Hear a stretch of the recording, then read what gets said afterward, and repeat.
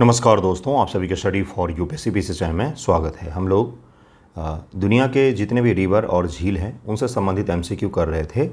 इसमें भी उस तरह के झील और नदियों की चर्चा की गई है जो किन्हीं भी कारणों से न्यूज़पेपर में चर्चा में रहा है या करंट अफेयर में कहीं पर भी चर्चा में रहा है या वो देश चर्चा में रहा है, तो उसको हम लोग कंप्लीट करने का प्रयास करें। जैसे 50 सवाल मैंने करवा दिया था और उसके आगे के सवाल आज हम लोग करने वाले हैं।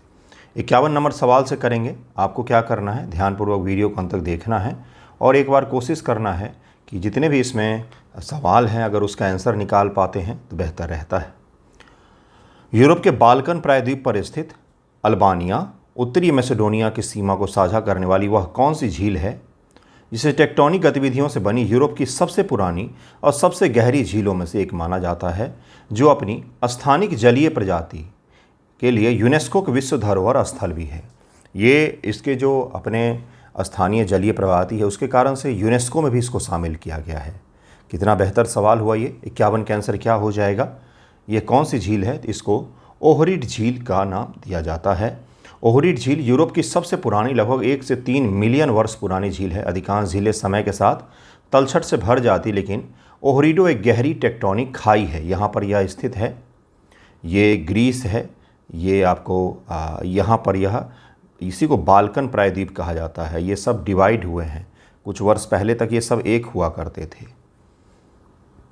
जिससे इनके अस्तित्व को बनाए रखा है, यह दुनिया के उन चुनिंदा जल निकायों से एक है जहाँ मीठे पानी की 200 से अधिक स्थानिक प्रजातियाँ पाई जाती, इसलिए इसे कभी कभी यूरोप का गैलापागोस भी कहा जाता है। यूरोप का गैलापागोस इसी झील को कहा जाता है, ओहरिड झील को, जो कहाँ पर मौजूद है। अभी मैंने बताया आपको अल्बानिया और इन सब इलाकों में मौजूद है। देखिए कहाँ पर है, अल्बानिया और उत्तरी मैसेडोनिया जो है इनकी सीमा पर यह मौजूद है। निम्नलिखित में से कौन सी नदी चीन की सबसे लंबी अंतर्देशीय नदी है जो एंडोरोइक तारिम बेसिन में बहती है? अंततः समुद्र पहुंचने की बजाय शुष्क तकला मकान मरुस्थल की रेत में वाष्पीकृत होकर के लुप्त हो जाती है। मैंने आपको पिछले दिन भी इस तरह के सवाल करवाए थे, अफ्रीका के भी कुछ लेक के बारे में और नदियों के बारे में। भारत में भी एक नदी है, क्या नाम है उसका? तो उसका नाम लूनी नदी है, जो क्या है भाई, जो लुप्त हो जाती है, समुद्र तक पहुंचने से पहले ही वाष्पीकृत हो जाती है। तो कौन सी ये नदी है चीन की ऐसी? तो इसका नाम है तारिम नदी है। चूँकि तारिम का ही यह क्षेत्र है इसलिए तारिम नदी इसका नाम है, ये याद रखिएगा। आसान है याद रखना, तारिम नदी। मैंने लेक जिनेवा के बारे में पिछले वीडियो में बताया था। तारिम नदी है ये, तकला मकान मरुस्थल में यह लुप्त हो जाती है, समुद्र तक नहीं पहुंच पाती है। इथियोपिया में बहने वाली, इथियोपिया इस बार चर्चा में रहा है। इथियोपिया में ज्वालामुखी फटी थी, यात्रा भी हुई है कई सारी इंपॉर्टेंट, इसलिए चर्चा में ही रहा है। बहने वाली कौन सी प्रमुख नदी है जो पूरी तरह से देश की सीमाओं के भीतर बहती है? केनिया की सीमा पर स्थित तुर्काना झील को 90% से अधिक जल की आपूर्ति करती है, जिसका बेसिन प्रारंभिक मानव जीवाश्मों की खोज के लिए विश्व प्रसिद्ध है। प्रारंभिक जो मानव जीवाश्म हमें मिलता है वो इन्हीं क्षेत्रों में हमें मिलता है, जिसके कारण से पूरी दुनिया में यह काफ़ी ज़्यादा प्रसिद्ध है। तो ये कौन सी प्रमुख नदी है? तो इसका नाम है ओमो नदी, नाम है इसका, ओमो रिवर इसका नाम है।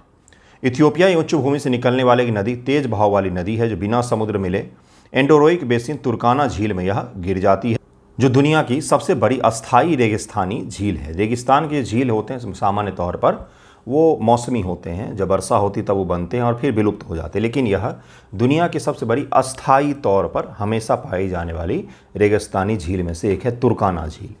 ओमो घाटी का निचला हिस्सा यूनेस्को विश्व धरोहर स्थल है, जहाँ ऑस्ट्रोलोफिथिकस जो प्राचीन मानव होते थे जैसे होमनिविड जीवाश्म प्रचुर मात्रा में मिले हैं, तो इसलिए यह यूनेस्को के धरोहर स्थल में भी शामिल है। यहाँ से ये नदी निकलती है ओमो रिवर और यहाँ पर लेक तुर्काना जो है वहाँ पर यह आके गिर जाती है। ओशनियाई क्षेत्र के वह कौन सी नदी जो पापुआ न्यू गिनी से निकल करके इंडोनेशिया के साथ अंतर्राष्ट्रीय सीमा का एक हिस्सा बनाती है? दुनिया की सबसे बड़ी नदी प्रणालियों से एक होने के बावजूद इसके पूरे मार्ग पर एक भी बांध नहीं बनाया गया है। तो इस नदी का नाम बड़ा ही अद्भुत सा है, इसका नाम है फ्लाई नदी। क्या नाम है इसका? फ्लाई नदी नाम है। प्रधानमंत्री जी की इस बार यात्रा हुई है ओशनियाई क्षेत्रों में, इसलिए महत्वपूर्ण हो जाता है। न्यू पापुआ गिनी की दूसरी सबसे लंबी और पानी की मात्रा के हिसाब से सबसे बड़ी नदी है। यह पापुआ की खाड़ी में एक विशाल डेल्टा बनाती है। यह नदी अपने पूर्ण प्राकृतिक स्थिति के लिए जानी जाती है, लेकिन इसके ऊपर हिस्से में ओक टेड खादान से निकलने वाली भारी गादा प्रदूषण के कारण से इसको गंभीर पर्यावरणीय चुनौतियों का भी सामना करना पड़ रहा है। दक्षिण अमेरिका की वह कौन सी नदी है दुनिया की सबसे बड़ी काले पानी की नदी है? ब्राज़ील के मानौस शहर के पास ये अमेजन की अन्य शाखा से मिलती है, जहाँ दोनों नदियों के अलग अलग रंग का पानी मिलने तक बिना आपस में मिले साथ साथ बहती रहती है।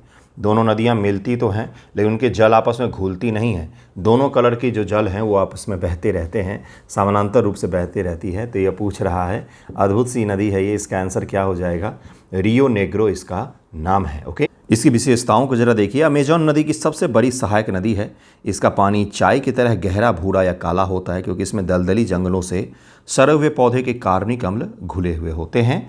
मानौस में, मनसौ जिसको कहा जाता है, मनौस या मानौस, रियो नेग्रो का एक काला पानी सोलिमोएस नदी के रेतीले पानी, पीले पानी से मिलता है। अब दो नदियां हैं, एक काला पानी और एक पीले पानी की नदी, लेकिन तापमान, गति और घनत्व में भारी अंतर के कारण वो तुरंत आपस में नहीं मिलते, बल्कि समानांतर रूप से बहते रहते हैं। काला और पीले पानी, दो नदियां एक साथ बहती रहती हैं समानांतर रूप से, और फिर धीरे धीरे करके वो आपस में मिल जाती हैं। संयुक्त राज्य अमेरिका के यूटा राज्य में उता, जिसको भी कह देते हैं, खारे पानी की झील है, जो प्रागैतिहासिक मीठे पानी की विशाल बोनोविले झील का बचा हुआ अवशेष है, जहाँ पानी का घनत्व इतना अधिक है कि इंसान आसानी से फ्लोट कर सकते हैं। इस झील का नाम है great salt lake. Great salt lake इसका नाम है। यह पश्चिमी गोलार्ध की सबसे बड़ी खारे पानी की झील है। वेस्टर्न हेमिस्फीयर जो है, ईस्टर्न में पूरी दुनिया में देखेंगे तो भाई कैस्पियन सागर है सबसे बड़ी खारे पानी की झील है, लेकिन वेस्टर्न हेमिस्फीयर में ग्रेट सॉल्ट लेक जो है ये सबसे बड़ी खारे पानी की झील है। यह एक उथली एंडोरोइक बिना आउटलेट वाली झील है। एंडोरोइक का मतलब होता है एक बंद अपवाह प्रणाली है। हिमयुग के दौरान यह पूरे बेसिन में फैली बोनेविल झील का हिस्सा थी, जो वाष्पीकरण कार्य से सिकुड़ गई और पीछे भारी मात्रा में खनिज और नमक छोड़ गई है। काकेकस क्षेत्र की वह कौन सी विशाल झील है जो आर्मेनिया में स्थित है? यूरेशिया के सबसे उच्च ऊंचाई वाले मीठे पानी की झीलों में से एक है। काकेकस क्षेत्र की तो सेवान झील इसको कहा जाता है। सेवान आर्मेनिया में स्थित है। आर्मेनिया और अजरबैजान युद्ध के कारण चर्चा में रहे हैं। आर्मेनिया ने भारत से काफ़ी बड़ी मात्रा में हथियार वगैरह भी खरीदे हैं।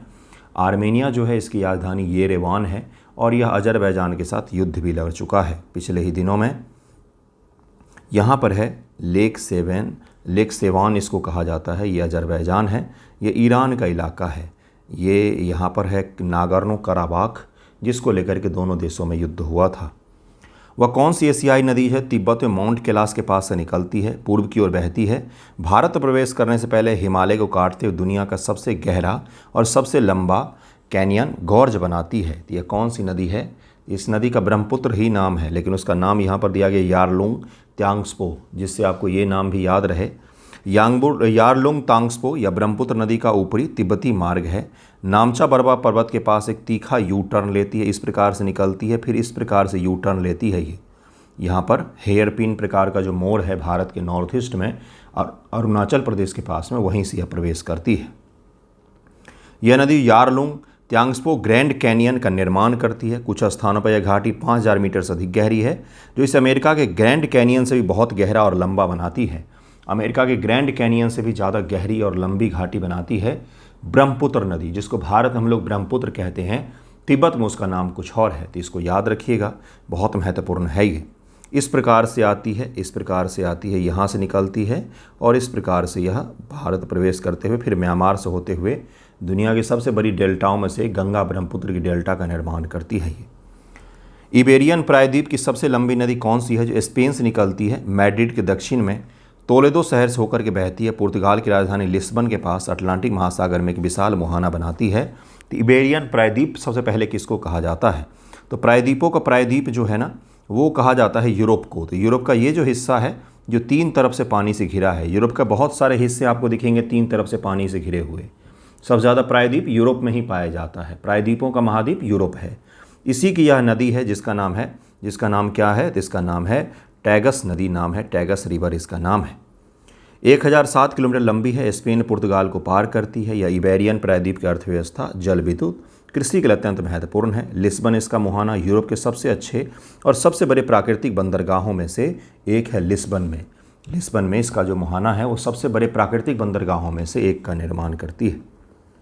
यहाँ पर है दक्षिण ऑस्ट्रेलिया में स्थित उस उथली और एंडोरोइक नमक झील का क्या नाम है, जो सतह क्षेत्र के हिसाब से ऑस्ट्रेलिया की दूसरी सबसे बड़ी झील है, लेकिन अधिकांश समय यह पूरी तरह से एक सूखा मिट्टी का मैदान बनी रहती है। इसका नाम है टॉरेंस झील इसका नाम है, लेक टॉरेंस इसको कहते हैं। अधिकांश समय सूखी हुई रहती है क्योंकि ऑस्ट्रेलिया जो है प्यासे भूमि की जगह उसको कहा जाता है, क्योंकि वहाँ वर्षा बहुत कम होती है और अधिकांश इलाका जो है उसका वो रेगिस्तान है पूरा, है ना।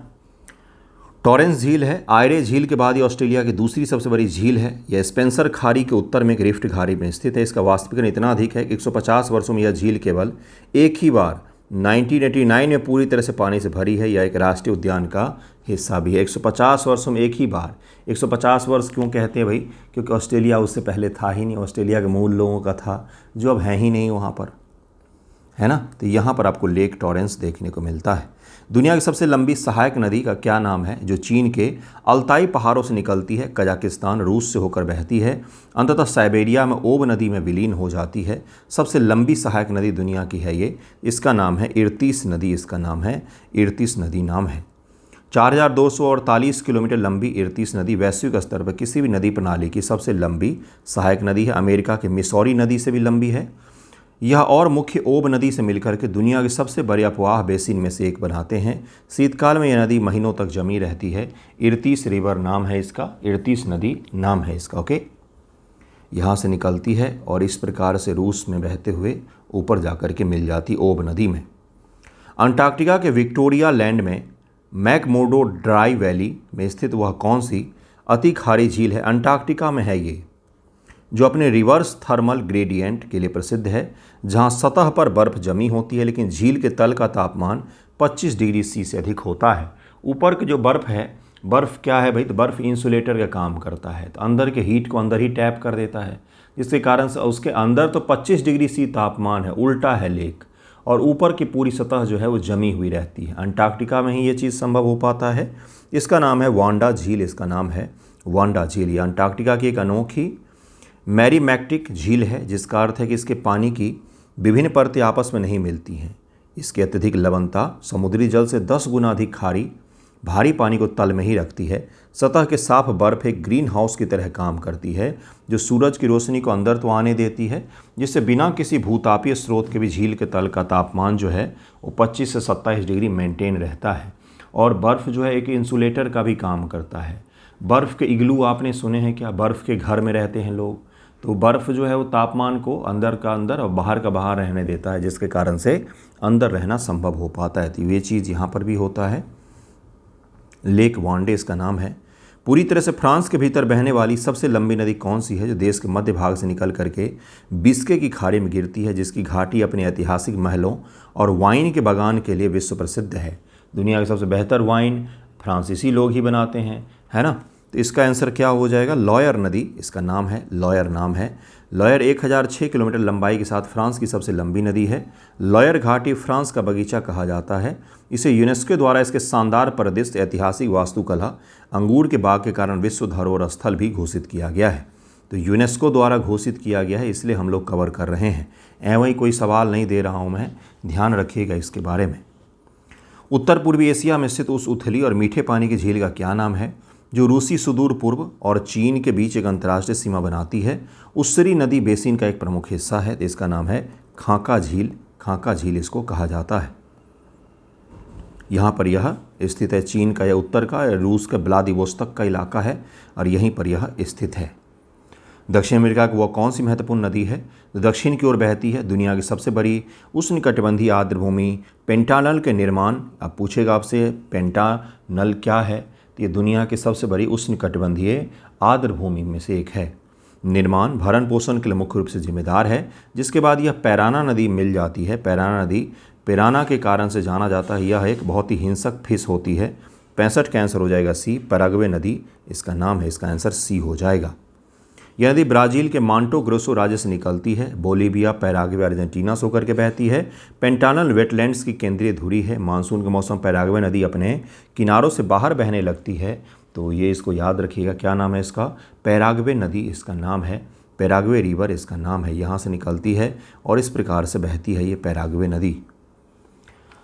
प्रशांत उत्तर पश्चिम अमेरिका की वह कौन सी नदी है जो कोलंबिया नदी की सबसे बड़ी सहायक नदी है, जिसने इडाहो और ओरेगन की सीमा पर उत्तरी अमेरिका के सबसे गहरी नदी घाटी हेल्स कैनियन को उकेरा है? उत्तरी अमेरिका की सबसे गहरी नदी घाटी में से एक है जिसको कहा जाता है हेल्स कैनियन। हेल्स कैनियन कहा जाता है। इस नदी का नाम है स्नेक रिवर। स्नेक रिवर जो नाम है इसका, स्नेक रिवर इसका नाम है। 66 का डी हो जाए। नेक्स्ट क्वेश्चन पर हम लोग चलते हैं। स्नेक नदी, स्नेक रिवर इसका नाम है।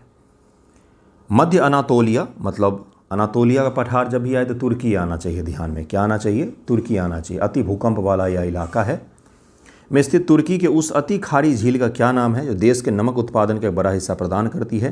ग्रेटर फ्लेमिंगो पक्षियों के लिए दुनिया के सबसे बड़े प्रजनन स्थलों में से एक है, तो तुज झील इसका नाम है। क्या नाम है? तुज झील इसका नाम है। यह बहुत ज़्यादा खारा पानी है और सबसे ज़्यादा इसकी खासियत है कि ग्रेटर फ्लेमिंगो जो पक्षी होती है उसके दुनिया के सबसे बड़े प्रजनन स्थलों में से एक के रूप में इसको जाना जाता है। ये एक उथली एंडोरिक झील है जिसकी लवणता इतनी अधिक है कि गर्मियों के दौरान इसका अधिकांश पानी सूख जाता है, 32% है। ये एक चमकीले सफ़ेद नमक के मैदान में बदल जाती विशेष प्रकार के शैवाल के कारण उथला पानी अक्सर गुलाबी दिखाई देता है, जिसके कारण से यहाँ पर बहुत सारे पक्षियाँ भी आती हैं। और चूँकि पक्षी तो आएंगे ही, झील है तो अब खास वातावरण है, इसलिए बहुत सारी पक्षियाँ आती हैं अलग अलग। दक्षिण पूर्व एशिया के द्वीप समूह वह कौन सी नदी है? इंडोनेशिया के बोर्नियो द्वीप पर बहती है और इसे विश्व स्तर पर किसी भी द्वीप पर स्थित सबसे लंबी नदी का दर्जा प्राप्त है।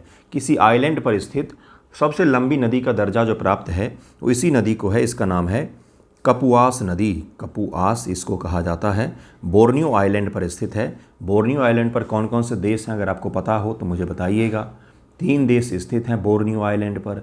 दक्षिण पूर्व एशिया में आता है ये। अब बोर्नियो आइलैंड पर 3 देश कौन कौन से हैं ये आपको मुझे बताना चाहिए। ये है बोर्नियो लेक, इस पर ये भाग किसी और देश का है, ये भाग किसी और देश का है, ये भाग कोई और देश है। स्कॉटलैंड में ग्रेट ग्लेन फॉल्ट लाइन के किनारे स्थित उस गहरे मीठे पानी की झील का क्या नाम है जिसमें अपनी अत्यधिक गहराई कारण इंग्लैंड और वेल्स की सभी झील के कुल आयतन से भी अधिक पानी मौजूद है? तो इसका लोच नेस नाम है। लोच नेस इसका नाम है। इसमें काफ़ी ज़्यादा पानी मौजूद है और यहाँ पर यह आइलैंड के मुहाने पर स्थित है। अफ्रीका की जाम्बेजी नदी पर जाम्बिया और जिम्बाब्वे की सीमा पर स्थित उस झील का क्या नाम है जिसे पानी के आयतन के आधार पर दुनिया की सबसे बड़ी मानव निर्मित झील माना जाता है? मानव निर्मित, ह्यूमन मेड है, मैन मेड है। यह इसका नाम है करीबा झील। क्या नाम है इसका? लेक करीबा इसको कहते हैं। लेक करीबा इसको कहते हैं। घाना के वोल्टा झील सतह क्षेत्र के हिसाब से सबसे बड़ी है, लेकिन करीबा झील आयतन वॉल्यूम के हिसाब से दुनिया की सबसे बड़ी मानव निर्मित झील है। अगर वॉल्यूम आयतन के हिसाब से हम लोग देखेंगे तो करीबा है, और अगर केवल सतही क्षेत्र को देखेंगे, सरफेस एरिया के हिसाब से देखेंगे तो वोल्टा झील जो है घाना का, वो सबसे बड़ी है। तो ये दोनों के बारे में बता दिया है, कन्फ्यूजन दूर रखिएगा। 1959 में करीबा बांध के निर्माण से बनी यह झील इतनी विशाल है कि इसके भारी जल द्रव्यमान ने स्थानीय स्तर पर भूकंपीय गतिविधियों को जन्म दिया है। यह मैन मेड है, लेकिन इतनी बड़ी है कि इसके कारण से यहाँ के चट्टानें कमज़ोर हो गई। इतनी बड़ी पानी मात्रा में यहाँ पर मौजूद है, जिसके कारण यहाँ पर लोकल स्तर पर भूकंप भी अनुभव किए जाते हैं। कनाडा के ब्रिटिश कोलंबिया प्रांत के भीतर बहने वाली सबसे लंबी नदी कौन सी है जो रॉकी पर्वत से निकल करके वैंकूवर के पास जॉर्जिया के जलडमरू मध्य में गिरती है? दुनिया के कुछ सबसे बड़े सैल्मन मछली प्रवास स्थल भी ये मौजूद है। इसका नाम है फ्रेजर नदी। इसका नाम है फ्रेजर रिवर, इसका नाम है। नेक्स्ट है पूर्वी अफ्रीका की उस नदी का क्या नाम है जो एक महत्वपूर्ण प्राकृतिक सीमा के रूप में कार्य करती है? तंजानिया को मोजाम्बिक से अलग करती है। अफ्रीका में अगर देखेंगे तो यहाँ पर आपको तंजानिया और मोजाम्बिक जैसे देश दिखेंगे। सीधे हिंद महासागर में गिरती है ये। इसका नाम है रवूमा रिवर, इसका नाम है, जो प्राकृतिक सीमा बनाती है। सीमाओं से जुड़े हुए सवाल पूछे जाते हैं बीपीएससी प्रीलिम में। जब सवाल आ जाते हैं उसके बाद बच्चे उस फैक्ट को पढ़ते हैं, फिर अगले साल कोई यूनिक फैक्ट कराएगा तो उनके मन में यही आता है ये सब सवाल थोड़ी ना पूछा जाता है। जब तक आप यूनिक फैक्ट नहीं करेंगे, रटे रटाए प्रीवियस ईयर में जो पूछेगा केवल वही करेंगे, तब तक आपको यूनिक फैक्ट एग्जामिनेशन में लगेगा कि ये किस तरह के सवाल पूछ रहा है, सरप्राइज कर रहा है, टीसी। हर बार सरप्राइज के चक्कर में प्रीलियम में क्वेश्चन गलत करना सही नहीं होता है। इसलिए बेहतर होता है कि प्रीलियम से पहले आप सरप्राइज ना हो, है ना, ज़्यादा पढ़ लें, थोड़ा बहुत देख लें एमसीक्यू को, तो ये बेहतर रहता है। अंतर्राष्ट्रीय सीमा पर कोई नदी बह रही है कहीं पर भी तो वो महत्वपूर्ण नहीं हो जाता है बीपीएससी प्रीलियम के लिए, क्योंकि वो कुछ भी पूछ रहे हैं आजकल ज्योग्राफी में। तो इसलिए इसका नाम याद रखिएगा। ये क्षेत्र चर्चा में भी रहा है। तंजानिया के दक्षिणी हाईलैंड से निकलने वाली और पूर्व की ओर बहने वाली मोजाम्बिक और तंजानिया के बीच एक लंबी निर्बाध सीमा बनाती है।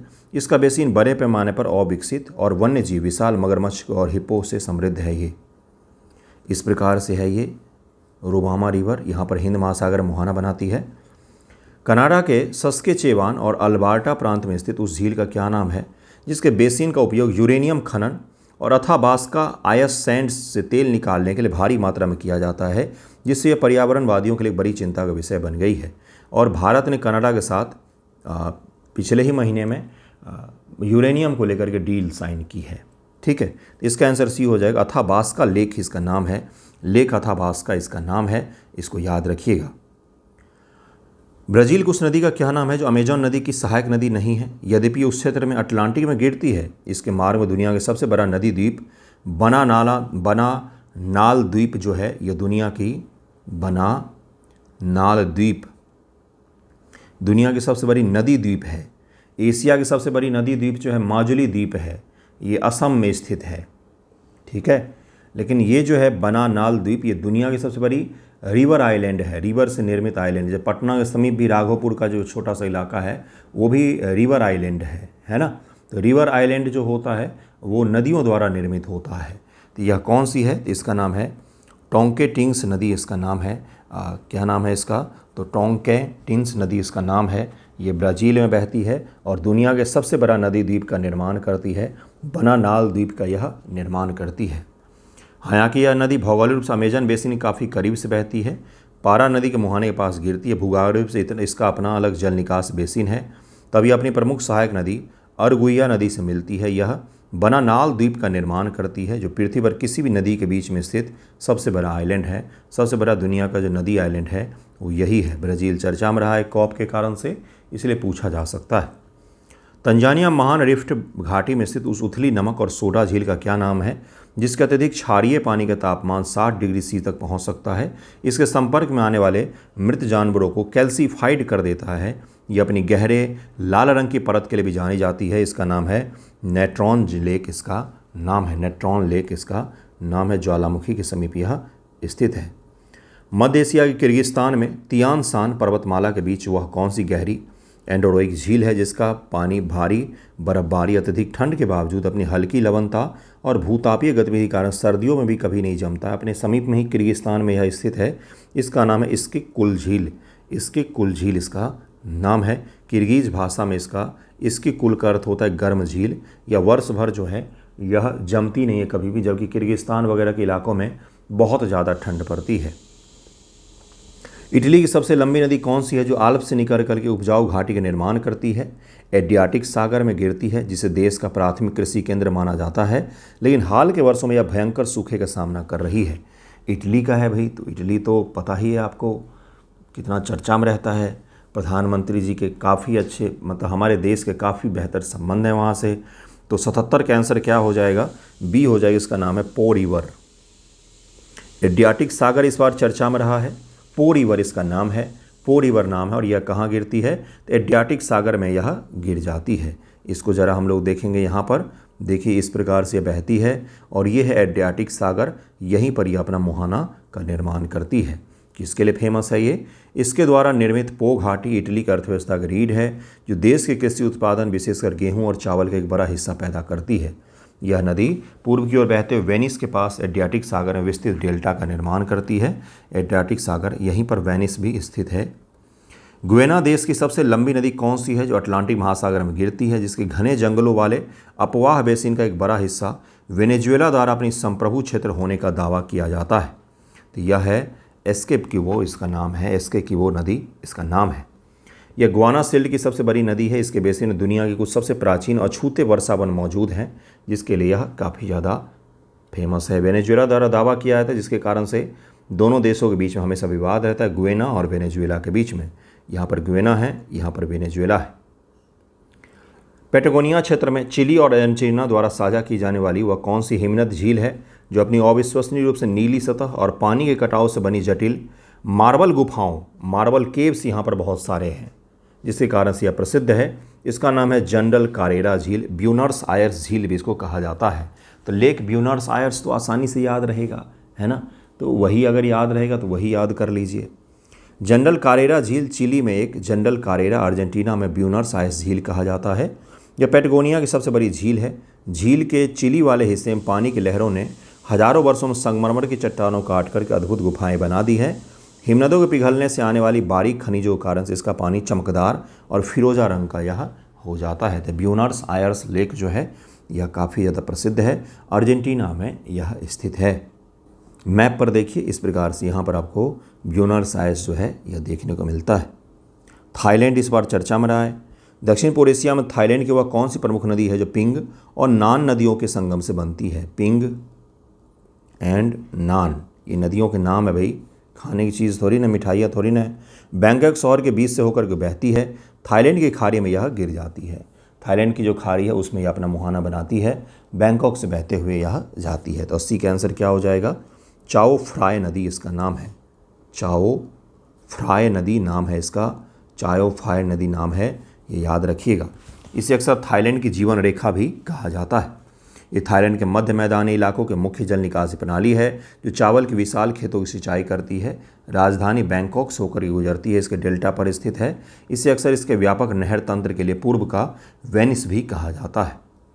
इस प्रकार से यह स्थित है, इसको इसके व्यापक जो नहर प्रणाली है इसके कारण से ईस्ट का वेनिस भी कह दिया जाता है। तिब्बती पठार के उत्तर पूर्वी कोने पर स्थित उस झील का क्या नाम है जो सतह क्षेत्र के हिसाब से चीन की सबसे बड़ी झील है? एक खारे पानी की एंडोरिक झील के बावजूद हाल के वर्षों में जलवायु परिवर्तन के कारण अपने आकार में अप्रत्याशित वृद्धि दर्ज कर रही है। तो कीघई झील, कीघई लेक इसका नाम है, लेक कीघई इसको कहते हैं, लेक कीघई कहते हैं इसको। यूरोपीय संघ की भौगोलिक सीमाओं के भीतर स्थित सबसे बड़ी झील कौन सी है जो स्वीडन में स्थित है, जिसका निर्माण अंतिम हिमयुग के बाद हिमनद रिबाउंड के कारण से हुआ है? पोस्ट ग्लेशियल रिबाउंड के कारण से इसका जन्म हुआ है। और ईयू के सीमा के भीतर अगर देखेंगे तो सबसे बड़ी लेक है ये, इसका नाम है वैनर्न लेक, इसका नाम है लेक वैनर्न नाम है इसका। रूस के लेडागो और ओनेगा झील जो यूरोपीय संघ का हिस्सा नहीं है, लेकिन यूरोप के अगर देखेंगे तो सबसे बड़ी लेक यही है, लेकिन ये यूरोपीय संघ का हिस्सा नहीं है।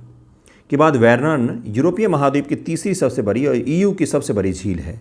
अंतिम हिमयुग के दौरान बर्फ की भारी चादर पिघलने के बाद जब जमीन ऊपर उठी तो इस झील समुद्र से कट करके मीठे पानी के बेसिन बदल गई। और ईयू के साथ इस बार हमने ट्रेड डील साइन किया है, तो ईयू के लेक के बारे में क्यों नहीं पूछेगा, आप मुझे बताइएगा ज़रा, है ना। ईयू का मुख्यालय कहाँ पर है, कौन कौन से देश आते हैं, किन देशों में ईयू की मुद्रा चलती है यूरो, और किन देशों के पास अपनी मुद्रा है, तो ये सब सवाल तो पूछेगा आपसे।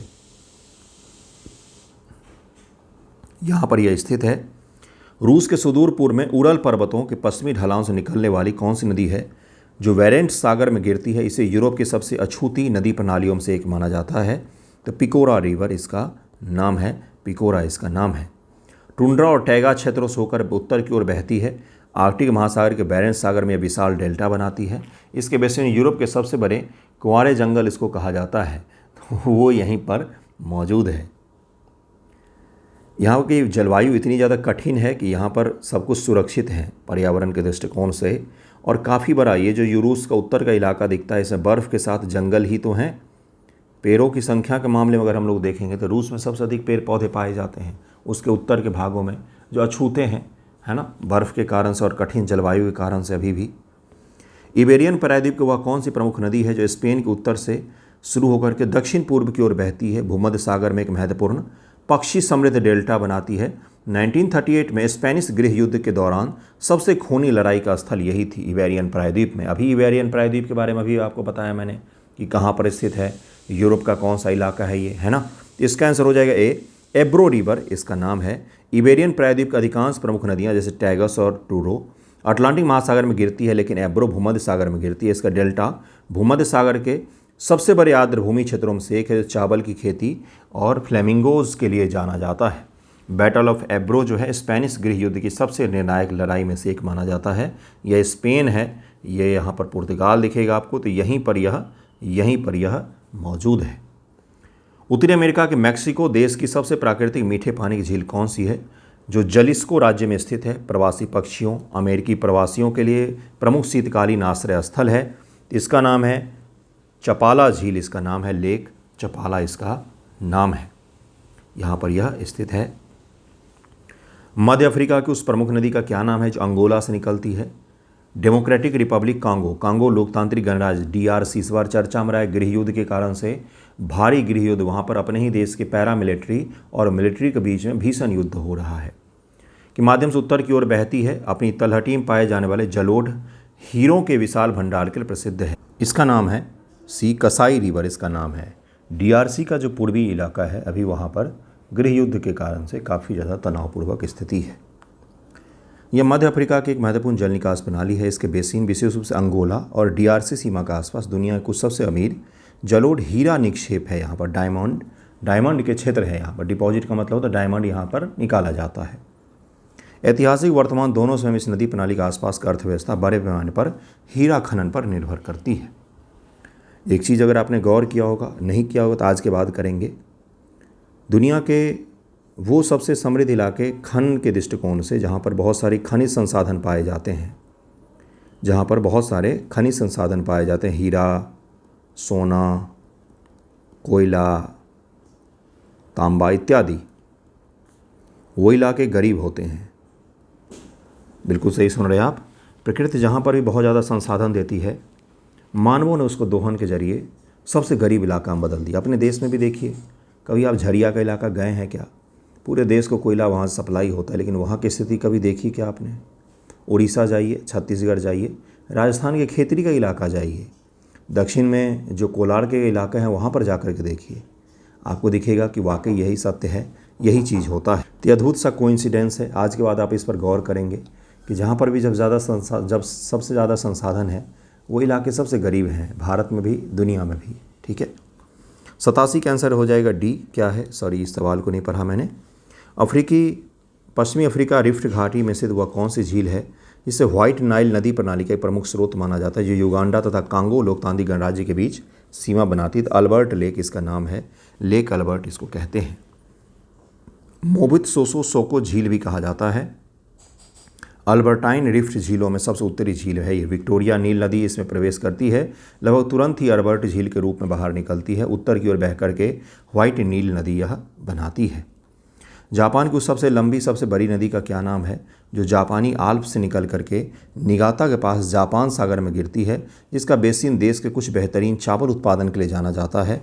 इसका नाम है सिनानो रिवर इसका नाम है। सिनानो रिवर इसका नाम है। पहाड़ी देश है, लेकिन यहाँ की नदियाँ छोटी तेज बहाव वाली होती है। सिनानो नदी देश की सबसे लंबी नदी है। यह मुख्य द्वीप होन्शु पर बहती है। इसके द्वारा निर्मित एचिगो मैदान अत्यधिक उपजाऊ है और यह जाना जाता है उसके लिए। तो होन्शु आइलैंड यही है जिस पर यह स्थित है। पापुआ न्यू गिनी उस नदी का क्या नाम है जो प्रशांत महासागर विशाल डेल्टा बनाए बिना सीधे समुद्र में गिरती है, जिसके किनारे दलदली भूमि के बीच रहने वाले आदिवासी समुदाय मगरमच्छ की पूजा और विस्तृत लकड़ी के नक्काशी के लिए जाना जाता है? इसका सोपिक रिवर इसका नाम है। क्या नाम है? सोपिक रिवर इसका नाम है। और आज का लास्ट सवाल 90 नंबर है और यहीं पर यह एंड हो जाएगा। आयरलैंड की सबसे लंबी नदी कौन सी है? देश को पारंपरिक रूप से पूर्व और पश्चिम में विभाजित करती है, जिसमें 3 प्रमुख झीलें एक श्रृंखला के रूप में स्थित हैं। इस नदी का नाम है सैनन रिवर इसका नाम है। सैनन रिवर यह केवल आयरलैंड का ही नहीं बल्कि संपूर्ण ब्रिटिश द्वीप समूह की सबसे लंबी नदी है। यह नदी देश के मध्य भाग से होकर के बहती है। इसका ऐतिहासिक महत्व बहुत अधिक है क्योंकि यह हमलावरों जैसे आंतरिक युद्धों के लिए एक प्राकृतिक बौद्धिक बाधा के रूप में काम करती है। लिफी नदी डॉबलिन से होकर के बहती है, लेकिन सैनन बहुत बड़ी है ये। इसका आंसर सी हो जाएगा। तो याद रखिएगा, मैंने 90 MCQ आपको करवाए हैं जिसमें दुनिया के प्रमुख झीलें और रिवर्स को मैंने कंप्लीट ही कर दिया। हर प्रायद्वीप के छोटे बड़े जो भी लेक चर्चा में रहे सब मैंने करवाया है 2 वीडियोज़ में। दोनों को जाकर के देखिएगा। मुख्य रूप से चर्चा में जो रहे हैं उन्हीं को हमने कवर किया है और उसमें सारे ही महत्वपूर्ण लेख हमने कवर कर लिए हैं, इसलिए इसको अच्छे से कर लीजिएगा। इसके अलावा कुछ चीज़ जो आपको देखनी चाहिए, कैस्पियन सागर इसके तट पर स्थित देश, काला सागर इसके तट पर स्थित देश, फारस की खाड़ी इसके तट पर स्थित देश, लाल सागर इसके तट पर स्थित देश। इस प्रकार के क्षेत्रों को अच्छे से कवर करके जाइए क्योंकि वर्ष भर यह चर्चा में रहे हैं। थैंक यू सो मच आप सभी का वीडियो देखने के लिए।